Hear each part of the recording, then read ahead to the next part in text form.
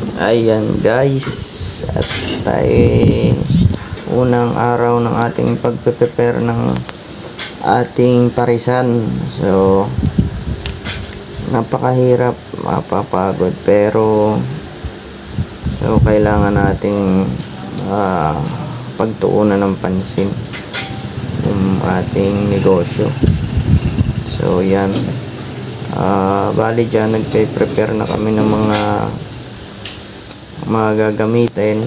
Pwede na, at yan, natapos ko na rin.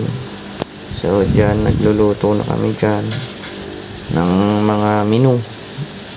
So yan, nagpapalambot kami ng karne ng baka, pang pares at pang goto.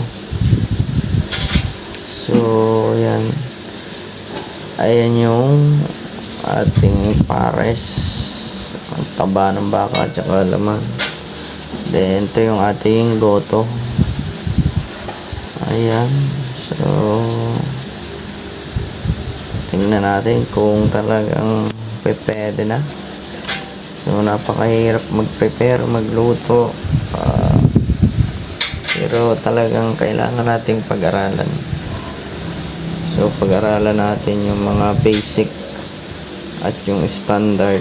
So kung kailangan maglista ng pagluluto, so nililista ko yan para ma-perfect ko yung lasa, para hindi siya pa iba-iba. So nagsulat ako kung ilan yung mga pampalasang nilalagay ko dyan, ilang oras. Ayan, so pang sisig, pumili ako ng pisngi ng baboy, chicharong bulaklak, pang sisig, then pang lagay sa overload. So yan, tuto na rin ang chili powder. Then so yan, pa-prepare na kami yan. Paumaga na rin yan, first day of our opening. So salamat doon sa mga tumulong na aking mga pinsan. Napakasipag talaga, maasahan. So yan, good job. Ngayon lang ako nakahawak ulit ng cellphone, kaya ngayon lang ako